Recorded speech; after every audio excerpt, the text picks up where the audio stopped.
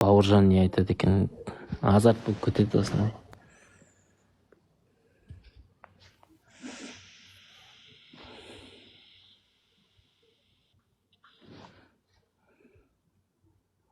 Иә, вечный болса сен де уже құдай болып кетесің, дұрыс айтады.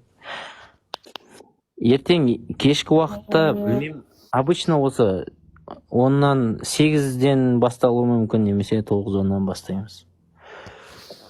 Әртүрлі уақытта подписаться етіп, уведомление қосып қойсаңдар, мүмкін. Алло. Иә. Есімің кім, брат, сен? Ысқақ.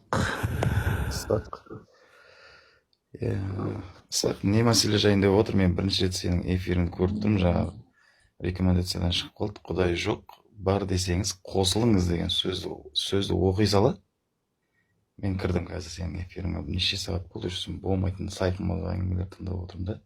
Мына жерде енді Сонша әңгіменің ішінен ештеңе түйе алмаған сайқымаза әңгіме.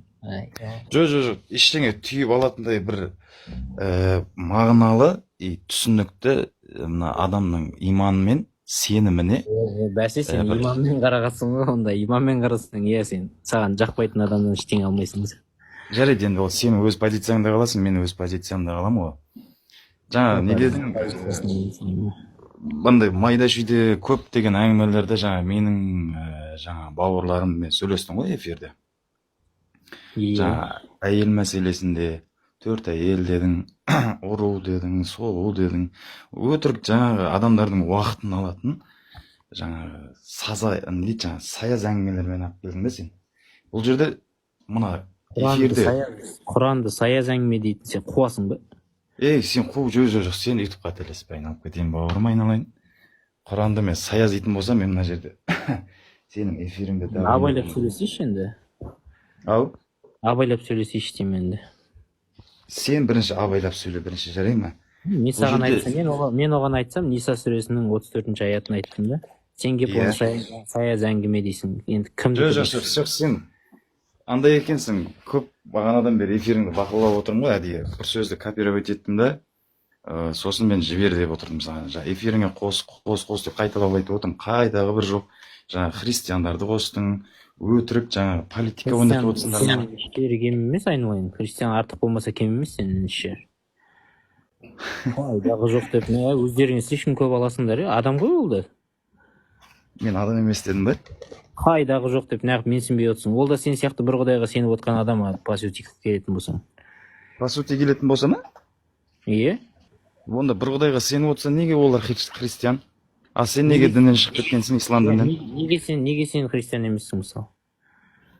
Мен өйткен мұсылманмын ғой. Сен де бір құдайға сенесің ғой. Мен Алланың жалғыз құдай екеніне мен сенем. Олардікі де жалғыз құдай ғой. Кім олардың құдайы? Иса ма? Иә. Ал Иса біз үшін пайғамбар. Олар үшін құдай. Осы жерде бірақ ақиқат біліп тұр да адамдар. Ислам діні мысалы. Сен де ақиқатты біліп тұрсың да, мысалы, Исаның құдай екенін біліп тұрсың, просто айтқың келмейді да. Жоқ, қайда Иса мен үшін пайғамбар, ол қайдағы құдай? Енді сен де тура біреулер сияқты айтып отырсың ғой, ақиқатты біліп отыр ғой деп. Сенікі ақиқат екенін сен білесің, басқалар білмейді. Жоқ, бұл жерде бір ғана қателік бар да, адамдар жаңа ойлайды ғой. Сен қазір мысалы қандай кім Ысқақ деген атың бар екен, бірақ қазақ екен. Қазақсың ғой? Иә. Точно қазақсың ба, брат? Или басқа ұлт өкілі емессің ба? Қазақ тілін жаттап алған жаңа адамдардың санасын улау үшін сонда қазақ деген мұсылман бола ма, не обязательно? Қазақ деген ба? Қазақ даласына келді. Қай ғасырда екен білесің ба? Жарайды, сенің де талабыңа жаңа сенің де кемел емес. Қазақтың бәрі мұсылман ба деп сұрап отырмын да сен. Қазақтың бәрі мұсылман ба? Иә, қазақ деген ұлттың атын иеленудің атрибуттарының ішінде дін деген бар ма деп сұрап отырмын сен. Жоқ, сен вообще қандай сұрақ қоясың вообще адамға? Қазақ болып саналу үшін мұсылман болу керек па деп жатырмын. Мен үшін кім, жаңа Ысқақ, мен үшін әр қазақ емес, барша қазақ мұсылман мен үшін. Ал сен бірақ қазақ екеніңе мен күмәнім бар. Егер сен қазақ болсаң, бұлай сен эфирде жаңа Құдай жоқ деген сияқты өзіңнің жаңа позицияңда қалатын өтірік жаңа құрама сөздер бұл жерде айтылмайтын еді. Сен сонда бүкіл қазақтың қазақ емесін определять ететін адамсың ба? Мен бүткіл айтып отырмын ғой, мен түсінігімде бүткіл қазақ мұсылман мен үшін. Ал сен өз позицияңды айтып отырсың. Мен мысалы андай сен сияқты жаңағы бір өтірік зерттеп бір не қылған дымым жоқ. Мен де Аллаға шүкір. Менің дінім ислам. Жарайды. Мен мұсылманмын. Бүкіл қазақ мұсылман дейсің ба? Менің ойым солай ғой. Мен өйткені білімім аз, Қате. ізденудемін да әлі де. Бірақ мен үшін солай. Сенің ойың қате. Жарайды, сенің солай ойлай бер, бірақ менің түсінігім де солай да, ол ертең. Сенің түсінігің қате. Жоқ. Өйткені мына жердің өзінде бәленбай ғой. Мына жерде бәленбай қазақ отыр, ешқайсысы мұсылман емес мысалы. Қарап тұрсаң, мұсылман емес бәленбай қазақ отыр мына жерде. Сен солардың өзі сенің түсінігіңнің қате екеніне дәлел. Неге олар мұсылман емес, түсінбедім? Өйткені олар сен сияқты ойламайды. Айналып кетейін, Ысқақжан. Жұрттың бәрі арабты мойындап, арабтың дініне кіріп кетуі міндет емес ол. Қазақтықтың шарты ол емес. Қазақтың шарты ол сенің тілің болуы мүмкін, мәдениетің, тарихың болуы мүмкін, бірақ басы ол. Ысқақ, сен былай ойлап отырсың ғой, жаңа араб деп сөзіңді қосып кеттің ғой. Енді қара. Ислам діні жалпы. Ислам діні ол құралғаннан бері жаңа Құран кітап жер бетіне түсті ғой. Сол дегенде жазды ғой пайғамбарлардың бәрі. Жазды. Вот қара, енді сен қара, бәрін біледі екенсің. Неге теріске шығарасың? Мен сені әдейі сұрап отырмын осында. Сен неге теріске шығармайсың деген нәрсе бұл жерде қаттырақ маңызды сияқты. Өйткені сен арабтардың саған айтып отырмын, мысалы қара, бауыржан, саған кеп, бөтен ұлттың адамдары кеп, саған айтып жатыр да. Бауыржан, сендер біз кеше Құдаймен сөйлестік. Құдай бізге байланысқа шықты. Ол Құдай сендерге көрінбейді, ол сендермен байланысқа шықпайды. Просто бізбен ғана байланысқа шығып, бізді таңдап алды да ол Құдайшы. Сол кеше байланысқа шығып бізбен айтты, енді бауыржан, сен түсінем, қазақ тілің жақсы шығар, анау-мынау, бірақ енді сен бұдан былай Құдаймен байланысқа арабша шығатын болдың. Жоқ, оны мен айтып жатқан жоқпын. Сен ойлап қалма, мен өзімнің ұлтымның тілін тығып жатыр екен деп саған. Жоқ, олай емес. Маған кеше Құдай айтты просто. Құдай кеше байланысқа шықты да, сөйтіп айтты, қазақтар да арабша намаз оқып Құдаймен менімен арабша байланысқа шықсын деп сөйтіп айтып жатыр. Сосын енді ренжіме, тағы бір нәрсе айтуым керек те, просто бауыржан, сенің жеріңді көрдімші, қазақтың жері, жазирасы, жайлауы, мысалшы, сарыарқасы, мынау Алтайы, бәрі керемет, әдемі екен. Бірақ енді Құдай айтты, мен айтып жатқан жоқпын саған, просто кеше Құдай айтты да, үңгірде жүрген кезде. Сен енді ақша тауып жағдайың кетіп жатса, ана Арабияда менің жерімдегі сол жаққа саған баруды парыз етіп жатыр да. Мен айтып жатқан жоқпын, Құдай айтып жатыр, сөйтіп сол жаққа ақшаң жетсе сол жаққа барасың деп. Сосын енді бауыржаншы, ренжімесең тағы бір нәрсе айтайын да. Енді мен айтып жатыр деп ойлама, просто кеше Құдай сөйтіп айтты да. Сен енді мына өзіңнің ата-анаң бар ғой, ата-анаң. Сол ата-анаңнан да артық жақсы көретін енді бір адам бар сенің өміріңде. Қандай адам дейсің ғой енді. Ол біздің арабтан шыққан бір пайғамбар да. Енді сен оны біз айтып жатқан жоқпыз бауыржаншы. Мен ұлтымды тығып, мен өзімнің ұлтымның адамына сені табындырып, ондай істейін деп ойлап жатқан жоқпын. Просто кеше Құдайдың айтқаны ғой, енді түсінесің ғой. Құдай кеше сөйтіп айтты, сен енді ата-анаңнан да артық жақсы көретін бір адам пайғамбар бар. Енді осы дүниелерді сен қабылда, күмән келтірме. Неге дейсің ғой? Себебі кеше просто Құдай сөйтіп айтып жатыр да. Енді ол Құдайдың тағы бір айтқан нәрсесі, сендерден де басқа жерден де пайғамбар ешкім шықпайды. Енді Құдай айтты, общем, арабтарға соңғысын жібердік. Арабтың тіліндегі кітап мынау соңғысы. Міне, саған жазып алып келдім. Сен осы кітапты күмәнданбай ұстайсың, және ұрпағыңа жеткіз. Осы біз жаңағы үңгірде сөйлескен Құдайдың рас екенін, сол Құдайдың әрқашанда ең соңғы дінді түсірген, соның бәріне ол. Енді осылай ғой, мен сен ойлап қалма, мен өзімнің идеологиямды, бір адам тілімді, жерімді тығып жатыр екен. Просто Құдай солай айтты да. Өстіп келіп саған айтты, сен тұрдың да бауыржан қарап тұрдың да. Мынау деген таза ақиқат қой. Мынаулар қараш, өзінің ештеңесін тығып тұрған жоқ. Просто енді маған айтып жатыр, арабша намаз оқы, арабтың адамын өзіңнен жақсы көр, арабтың жеріне бар айтып жатыр. Бірақ қараш, мыналардікі рас қой. Құдай бізбен байланысқа шықпайды ғой енді қазақтардың, бірақ осылармен шыққаны хақ қой, енді бітті, мен бұған күмәнданбаймын дейсің да. Енді мен ұлтымды осы жаңа арабтар келіп айтып кеткен нәрсеге ауылыма барам да, ауылымдағы кім осы арабтардың маған айтып кеткеніне сенеді, соған сенгендерді мен қазақ деп есептеймін ба, соған сенбегендерді қазақ емес деп есептеймін дейсің. Нормально ма саған?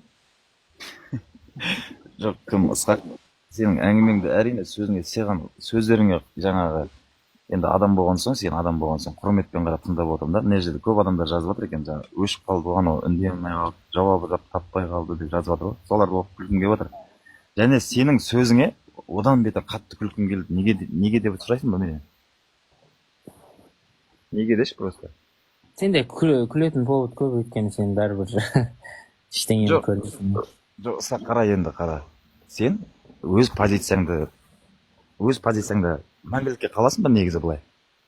Өзгеруі мүмкін ол. Өзгеруі мүмкін, иә?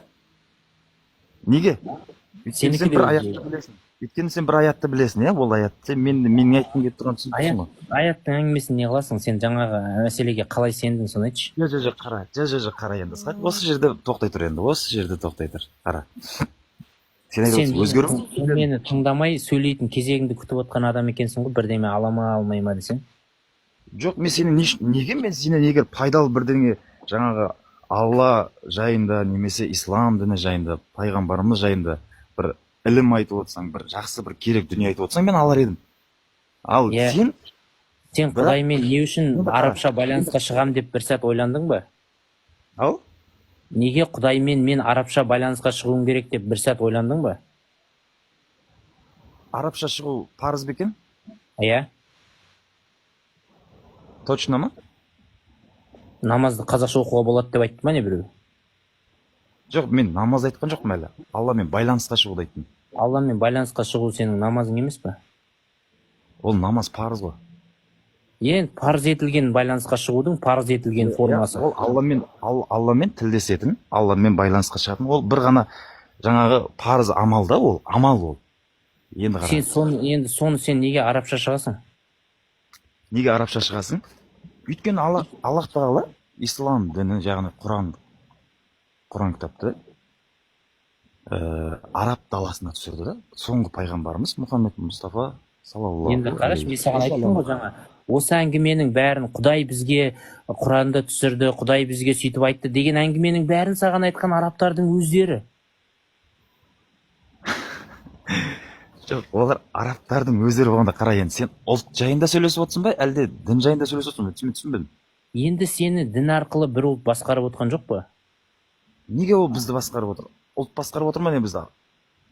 Сен арабтың тілінде өзіңнің ең жүрегіңдегі ең жақын Құдайыңа өзің түсінбейтін тілде түсінбейтін нәрселерді оқып сиынып жүрсің ғой. Басқару Жоқ, жарайды енді, жақсы. Енді мен саған енді жаңа түбінен алып келмей ақ қой, сен бәрібір түсінбейсің оған. Мен сені түсінбеймін, сен мені түсінбейсің. Жарайды, енді ол түсінікті нәрсе. Енді мынаған жауап берші. Қазақ тілінде сен сөйлеп отырсың қазір, иә? Сен үміт жоқ екен.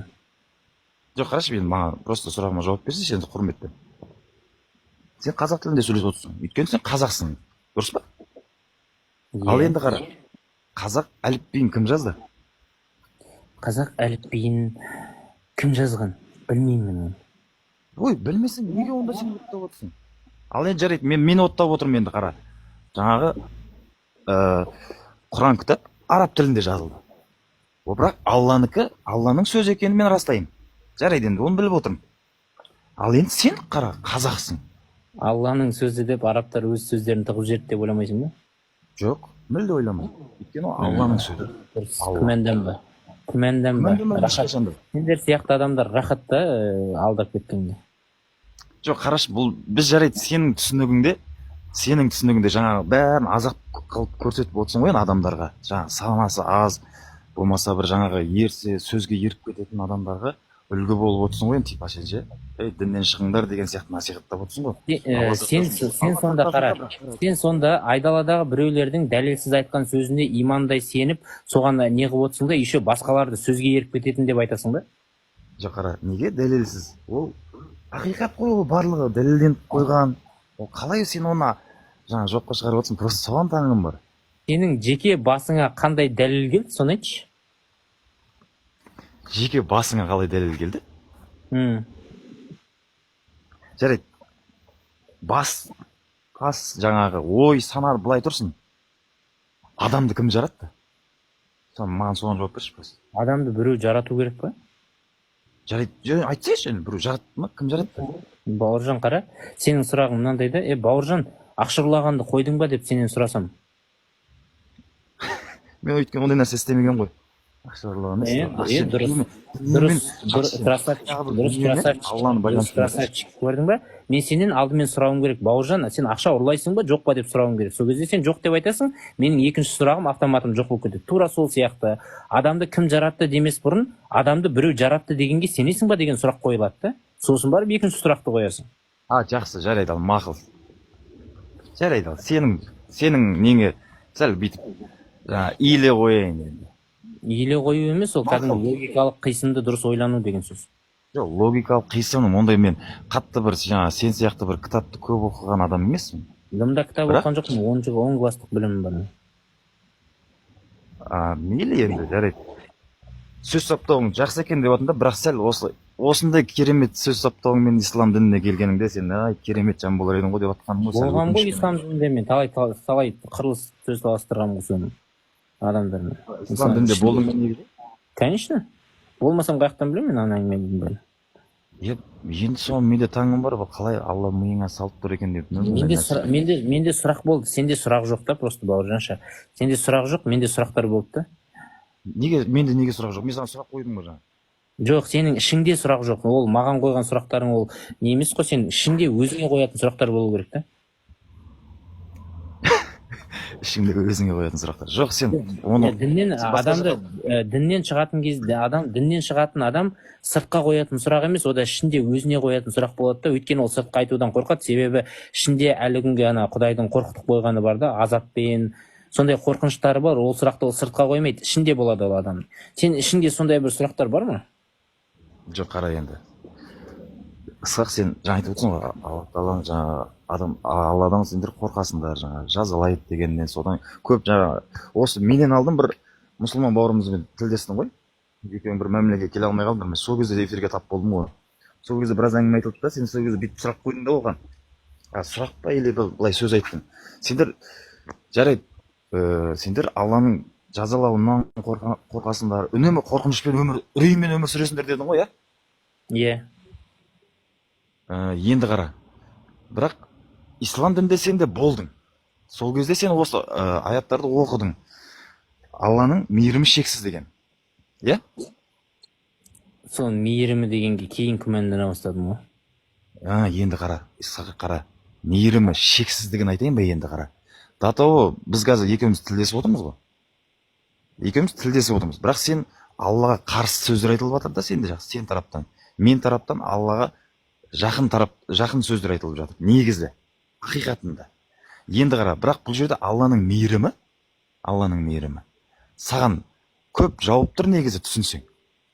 Егер сен жаңағындай түсінікпен түсінетін болсаң, жаңағы жазалайды деген негімен сол нәрсеңмен қатты сол позицияңда қалатын болсаң, сен мына жерде қазір аман отырмайтын едің эфирінде.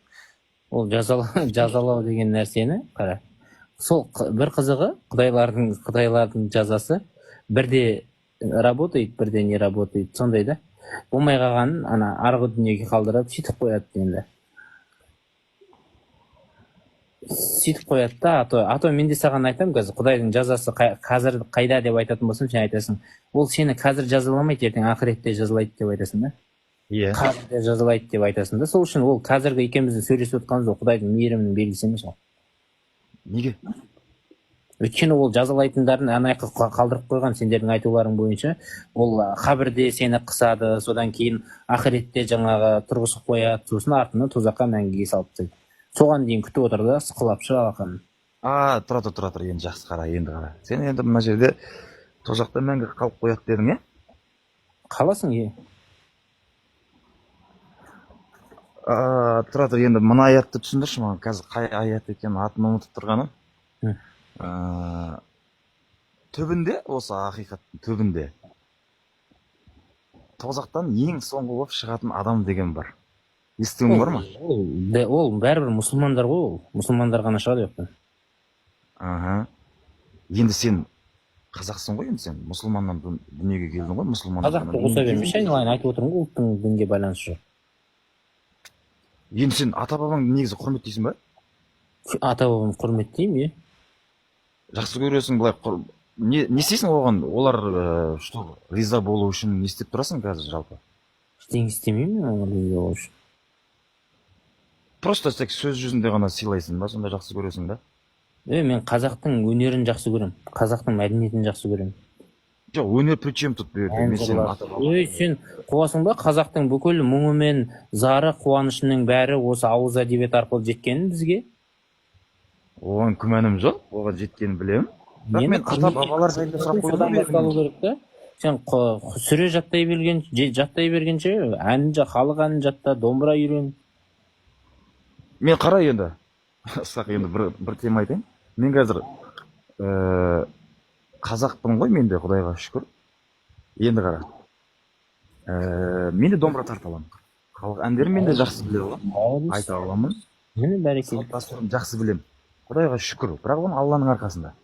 Кім қатысы жоқ, өйткені Алла келіспейтін дәстүрлер де бар ғой. Келіспейтін дәстүрлер бар, иә. Иә, олардың Алланың не қатысы бар енді. Енді қара. Ол дәстүрлерді. Музыкаға да келіспейді ғой, Алла тағала білесің бе? Ау? Музыкаға да келіспейді ғой, Алла тағала.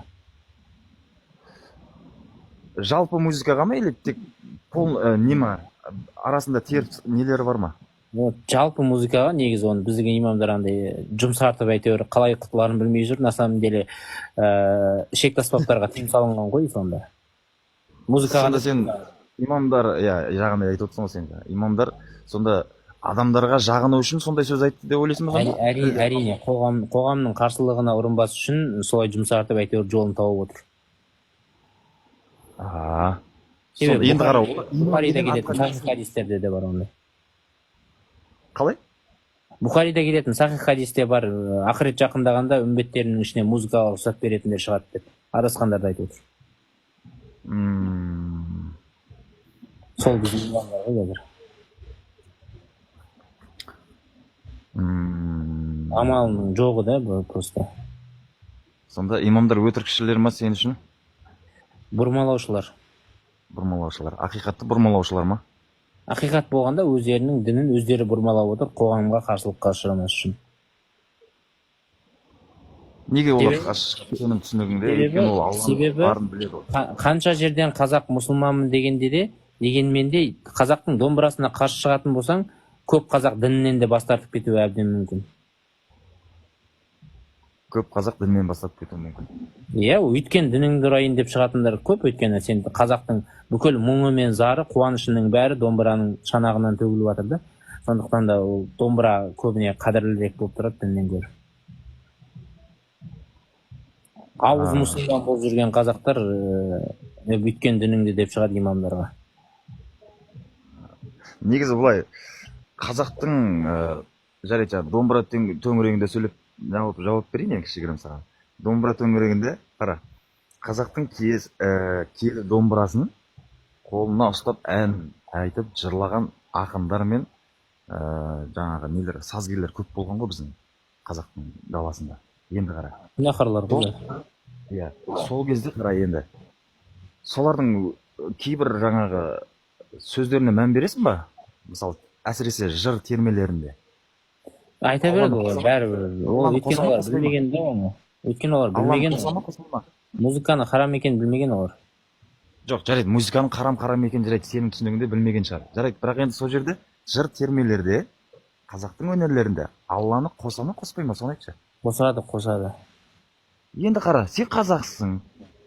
Сен бәрін білесің, салт дәстүріңді жақсы құрметтейді екенсің. Бірақ неге ата бабаларының жаңа сөздерін неге құрметтемей жатсың онда әндерін неге? Олардың сөзін құрметтеймін, бірақ олардың сенімін алам деген сөз емес қой 100%.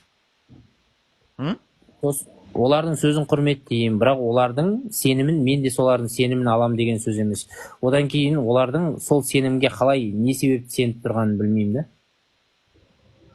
білімдері Бірінші- қандай болғанын білмеймін. Мысалы жасап отқан тірліктеріне қарайсың да жасап отқан тірліктеріне қарайсың да мыналар точно исламды білген ба білмеген ба деп.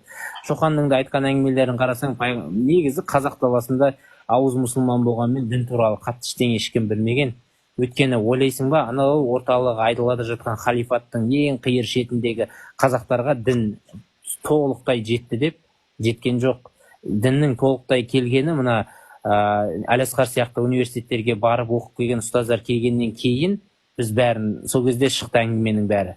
Анау харам, мынау харам деген. Оған дейін қазақтар ана өзінің даласында сопылықпен, дәстүрімен дінін былықтырып, қиссалар ойлап тауып, сопылар сөйтіп өмір сүрген ғой олардың исламы. Сенің түсінігіңде солай сонда, иә? Әрине, менің түсінігімде ғана емес, ол по факту солай. Жарайды, енді қазақтың бір бетке ұстар тұлғасы, ақыны Абай Абай дейсің. Құнанбаев. Бәріңнің айтатын әңгімелерің сол, просто сендер мынандай да. Бәріміздің жоқ, қателеспе. Мен біреудің сөзіне еріп не қылып жоқ, мен ойыма сап ете қалды. Иә, білем ғой енді, сенің ойыңа сап еткен басқалардың ойына сап етпейді деп ойлайсың ба? Мынандай ғой, сендердің таңғалатыным, мына авторитеттерге табынып үйренгендісіңдер де баяғыдан, тақлидтің кезінен бар ғой, анау имамдарға, муфасир, мухаддис, муштахидтерге солардың артынан не айтса бәрі дұрыс, олар сөйтіп еріп үйренгеннен кейін сендер любой адамды артынан табынып еріп кетесіңдер да. Абайдың өлеңі жақсы, Абай мықты ақын, Абай жақсы философ, бірақ ол Абайдың барлық жағын алам деген сөз емес. Сендер Абайды діншілдік үшін жақсы көресіңдер ма? Жоқ, Абайды қазақтың әдебиетіне қосқан үлесін, ойшылдық үшін жақсы көресіңдер ма? Енді қара, осы сұрағыңа мен былай жауап берейін, қара. Абай атамызды мен лично өзім айтайын. Мен біреу үшін жауап бермейін. Дінде, біздің дінде, ислам дінінде біреу үшін жауап бермейді, әркім өзі үшін жауап береді, дұрыс па?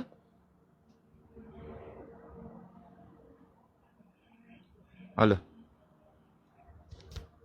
Не дейсің? Біздің дінде, ислам дінінде біреу үшін жауап бермейді, әркім өзі үшін жауап береді. Сен білесің ғой соны? Оған да қарсы келетін тұстары бар. Өйткені айтады да, негізгі ақиқатын білесің ғой, негізі солай ғой. Жоқ, қара, дінде сөйтесіңдер да, біреу үшін жауап бермейді деп бір имам айтса, екінші имам айтып отырады, әкесінің жасаған үшін балалары ертең азапқа тартылады деп ше.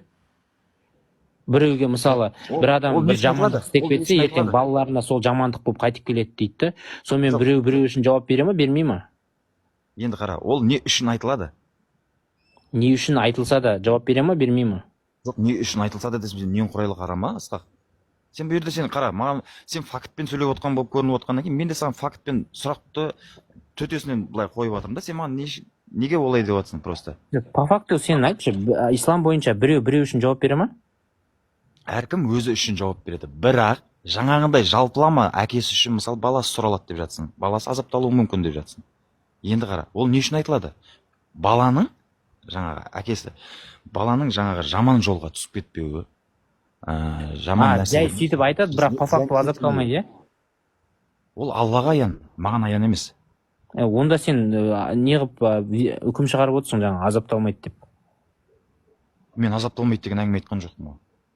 Жоқ, қазір айттың ғой, біреу үшін жауап бермейді деп айттың ғой.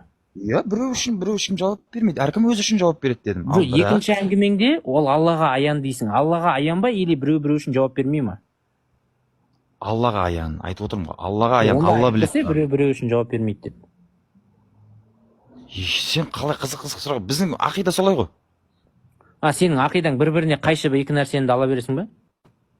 Қалай бір-біріне қайшы болады ол? Бір сөзіңде сен адам бір үшін жауап бермейді дейсің, екінші сөзіңде оны Алла біледі дейсің. Сен біліп тұрсың ба, или Алла біле ма оны? Бір-бірімен деп сен сөз тіркесімен құрастырып айтып жатсың да бұл жерде. Негізі қара. Сен бұл жерде бірақ баланың әрекеттерінен, әкесінің әрекеттерінен баласы жазаланып кетуі мүмкін деп жатсың. Сонда бала үшін әкесі біреу ма? Мен түсінбедім просто сол жерін. Сен айтып отырсың, бір адам үшін екінші адам жауап бермейді дедің, дұрыс па? Біреу үшін жауап бермейді, иә? Енді екінші жағдайда сұрасам, ол Аллахқа аян дейсің. Сен, қараш, мына жерде сен менен анандай сөз ұстап алам деп ойлап тұрсың ғой, бірақ менің не айтқым келген сен жақсы түсініп отырсың да, неге сен соны жалпылама айтпай жатсың? Просто мен соған таңым болып тұр қазір. Менің не айтқым келіп тұрғанын түсініп тұрсың ғой Ысқақ сен. Біреу үшін дегенім, жаңағы мысалы қара,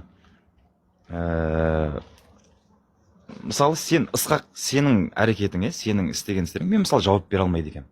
Сол сияқты нәрсе ғой. Ал әке шеше бала үшін әке шеше деген ол біреу емес. Ол Ой, бля, мына қуады екенсің ғой сен таза, ой. жоқ, микрофонды өшіріп не қылдың сен? Мынаны мені бір оттап алған шығарсың, бір жамандап тұрып. Жақсы ғой енді өзің. Таза қуады екенсің да. Біреу үшін жауап бере ма, бермей ма сонымен? Біреу үшін жауап бермейді. Онда хадистердегі анау мемлекет басшысы халық үшін жауап береді дегенше. Қалай түсінбедім? Мемлекет басшысы, мысалы басшысы болсаң бір елдің, сен халқың үшін жауап бересің дейді. Аха. Бұл не болды? Өйткені басшы деген кім? Жер бетінде. Жауап бере ма біреу үшін? Сен оны жақсы білесің, е? Енді сол бастық, басшысы басқа адамдар үшін жауап бере ма? Неге басшымен нені салыстырып жатсың, сен түсінбедім просто. Мен сен әуел баста таза сұрадым. Бір адам екінші адамның жасаған үшін жауап бере ма деп едім, жоқ, жауап бермейді дедім. Енді басшысы өзінің халқы үшін жауап бере ма десем, жауап бере ма, бермей ма? Басшы бірінші халқы үшін жауап бермейді. Бірінші. Бірінші ма, 17-ші ма, 286-ші ма жауап бере ма общий? Жоқ, ол 786 деп сен үйтіп қуып кетпе, Ысқақжан. Сөзден қалай қашып, қай тесіктен шығып кетесің, енді айтсайшы енді тақтысына. Мен сенен тесіктен қашу үшін кірген жоқпын эфиріңе. Сенің сұрақтарыңа. Енді айтпайсың ба, нақтысын енді. Біріншіден ол өз үшін жауап береді деп. Уағыз айтып отқан жоқсың ғой, жұмада отқан жоқпыз. Бұл уағыз емес, бұл ақиқатты айтып отырмын. Ақиқат айтсаң, жауап берсейші сұраған сұраққа. Сен жақсы біліп тұрсың да, Ысқақта? Менен де жақсы сен біліп тұрғаннан кейін сен келіспей жатсың ғой, келісіп жатсың ба, келіспей жатсың ба, біле алмай жатырық қой соны. Мен қай нәрсеге келіспей жатыр, мен түсінбедім. Сенің сөзіңе бір келісім адам екінші адам үшін жауап бермейді дедің. Басшысы халқы үшін жауап бере ма? Жауап береді. Енді бір адам екінші адам үшін жауап беріп тұрған жоқ қой бұл жерде. Екінші адам емес қой, сен жалпылама айтып тұрсың ғой. Енді өзі басқа біреулер үшін жауап беріп тұрған жоқ па сен? Жоқ, сен басшымен қарапайым былай нені адамды салыстырма. Енді адамның жаңа категориясын шығардың ғой, басшы деген. Жоқ, сен айтып тұрсың ғой, сен категориясын сен шығарып тұрсың ғой. Басшы халық үшін жауап бере ма деп. Ол адам ба? Сен категорияны сен шығарып тұрсың ғой бірінші. Ол адам ба? Адам. Басқа адам үшін жауап беріп тұр ма? Бір адам, қарашы сен, мен сенің сұрағыңды енді түсіндім сұрағыңды. Түсіндің ба, неге бір сөзіңнің екінші сөзіңе қайшы келіп тұрғанын? Енді түсіндім, қара. Кім? Ысқақ, бұл жерде сен былай. Сен менен жаңағы сұрақ жауап қылған кезде, менің қойған сұрақтарыма сен жауап бере алмай қалдың да қазір. Мен қойған сұрақтарға. Сенің қойған сұрақтарыңа мына сөздеріңе мен жауап бере алмай қалдым, мына жаңағы. Өйткені Алла біледі енді, ол жаңағы мен оған білімім жетпейді екен. Ол жерінде мен қазір ақиқатты бір өтірік, бір ойымнан бірдеңелер құрастырып айтып ертең күнәкар болмай ақ қояйын. Бірақ Алла біледі енді ол жерде.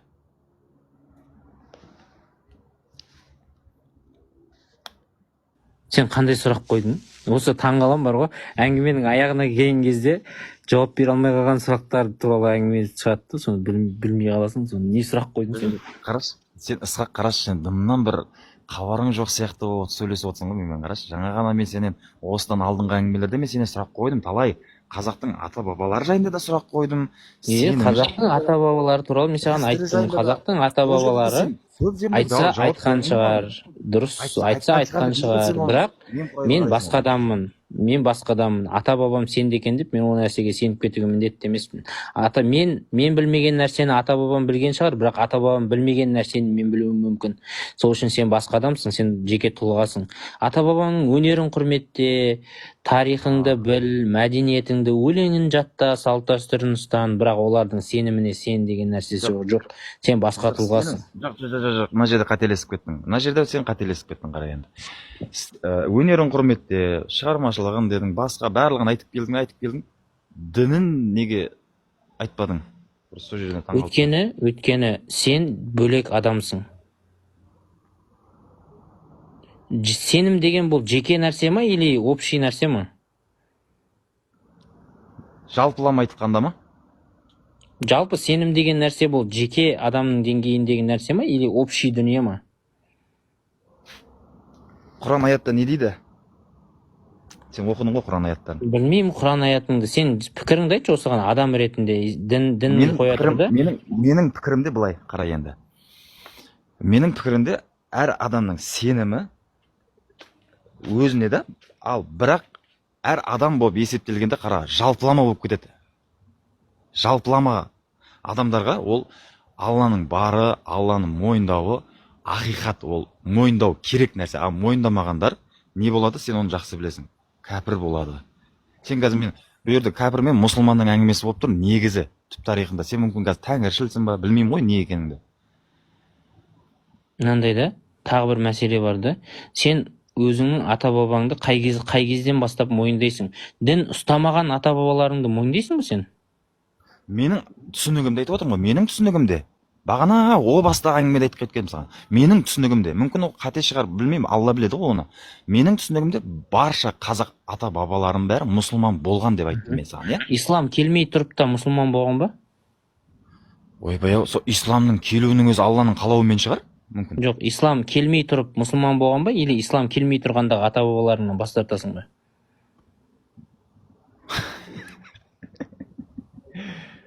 Ай, Алла сақтасын. Ондай арғы жаққа кетпей ақ қояйық. Жоқ, кетіп көрейік та енді, ол адамдарда болған шығар енді. Қара, бұл жерде Алланың кейде мынандай адамға шектеу қоятыны бар да, білесің ба? Адамның кейде қиялы. Сенің шектеуің қызық екен, арабтар келгеннен басталатын. Жоқ, мен арабтар келген бастап деп мен әлі нақты жауабымды айтқан жоқпын. Мен ары қарай кетпей ақ қояйық. Жауабыңды айта салшы енді. Айтылған. Ташкентті айналмай-ақ, сразу айта салшы жауабыңды. Мен ол жағына қатты ар жағында білімім жоқ екен да. Мен сол үшін білімім жеткен. Қалай сенің білімің жоқ? Мен сенен білім сұрап отқан жоқпын. Пікіріңді айтсаңшы өзің. Может, пікірді айту үшін де білім керек шығар? Или білімсіз қалай пікір айтылады екен ол? Сауатты ашу үшін де адамға білім керек қой бірінші. Или сен үшін білімнен жоғары ма пікір? Түсінікті. Адамға бірінші білім керек қой. Таңғаламын сен сонда. Сен де мысалы қарашы енді. Сен мысалы қазір ислам келгенге дейінгі аталарың туралы ештеңе білмей қаласыңдар да, иә. Олар туралы ойды айта алмай қаласыңдар, пікірлеріңді айта алмай қаласыңдар, аяқ астынан сөйтіп ештеңе айта алмай қаласыңдар да. Жоқ, қара, мен қара. Оған дейінгілерді құрметтеп, дінін бәрін алып аласыңдар. Білем деп айтқан жоқпын ғой ол жайында. Сен, ой, машалла деп қандай керемет сөздер айтып отырсың. Арабтың сөзі майдай жақты ма құлағыңа? Майдай жақты, шыны керек, иә, рас ол. Жаның арабқа жақын болғасын. Бірақ оны естіген маған өте жақсырақ болды. Жаның арабқа жақын болғасын сондай болады енді. Өйткені қараш, бір мәселе бар мына жерде. Біздің қазір осылай сөйлесуіміздің өзі де адамға ой келеді ғой. Мысалы сен бір нәрсе, мысалы сенің мен сұрақ қойсам, сенің сұрағыма жауап үшін маған ой келуі мүмкін, сенде саған ой келеді деп ойламаймын. Неге? Сенде ой келетін орын жоқ, сенде сеніммен толып қалған 100% бәрі. Жоқ, қара, ой келу үшін де бірінші сенім болу керек қой. Жоқ, сенде ой келетін орын жоқ, сенде бәрін толтырып тастағансың 100%, ауыз мұрнынан шығарып толтырып қойғансың, сенде бос орын жоқ жаңа ойға. Көріп келсін ба әлде? Түсінбедім ғой мына жерде. Енді сенің сенімің кәміл ма или 99% ба? Алла. 99% болса, онда сөзімді қайтып алып кешірім сұрайын сенен. Жоқ, сен қателестің. Жоқ, қателессем кешірім сұрайын. Сен айт, сенің сенімің кәміл ма или 99-98% ба? Ысқақ, қара, мен мына жерде мына мәселеде айтқым келген нәрсе мынау еді ғой, сен оны жақсы түсініп тұрсың. Біздің қазір сөйлесуіміздің өзі, секіріп кете бересің бе? өзі, жоқ, сөзден секіру емес қой бұл енді. Сөзден секіру емес қой. Сенің айтып отырмын ғой, сенің осы талқылап ой отырған жайында- тақырыптың аясында сенде жаңа сенің де пікірге миыңда орын бар ма, жоқ па? Жоқ, қарашы, Ысқақ, айналайын, мен қазір мына жерде сабырмен әйтеуір барынша тырысып жай сөйлесіп отырмын. Негізі кейде адам ашуына, эмоциясына ерік бере алмай қалады ғой өзі. Сондай қылып кеткім келіп тұр да, бірақ сабыр деп отырмын өзім. Бірақ сен менің де сөзіме құлақ ассайшы. Қара, адамға бірінші ой, адамға да мысалы бірінші келетін нәрсе ой келеді ғой, иә? Сенде ой келетін орын жоқ болып тұр ғой енді. Неге? Өйткені сен қара, сенің 100% сеніп тұрсың ғой сен уже. Өзіңнің айтып отқан дүниеңнің бәріне сен 100% сеніп отырсың. енді мен не үшін сенедім деп сұрамайсың ба? Не үшін сенесің деп? Не үшін сенсең де сенде орын жоқ жаңа ойға. 100%-дің ар жағында да пайыз бар ма или? Ой, жүзден ары қарай бізде былай ойша ғана пайыздар болуы мүмкін, бірақ былай енді по факту келгенде Білмеймін ғой, сенің кесең толып тұр, төңкеріп түбіне қоямыз ба, не істейміз жаңа ойда? жоқ, сен қара, ол ойда келеді маған сенікі сияқты. Сенім, бірақ басымырақ, дұрыс айтып отырсың. Сенім Келетін болса бол, молодец. Келетін болса бір күні жолыңды табасың. Бірақ ол үшін саған ғылым керек болады, Бауыржан. Ол үшін саған ғылым керек болады, кішкене ғылыми танымдық ақпараттарға. Әсіресе осы менің парақшамнан бастасаң болады, менің контентімді қарасаң, видеолар жасап қойғам. Сол видеолар бір қарап шықсаң, уже жақсы болып қаласың. жоқ, енді қараш, кім Ысқақ контент жарайды ғой, енді өз алдына ғой, ол енді өзің жеке табысың ғой. Енді Табыс қара, емес, ол танымдық контент қой, ол жерде ақша түспейді одан. неге ақша түспейді сенен? Саған ақша түспесе не үшін істеп жүрсің? Ақша түспейді. Мен просто адамдарға ағартушылық білген бөлісу үшін жасап жүрмін. Бізде осы қазақ даласында осындай ағартушылық болды ма жаңағы діннен, ислам Просмотрға ақша бермейді ғой. ой, қой енді осы жерінен қайта қой енді. Тиктокты зерттеп, былай жобасын білетін таныс балалар бар.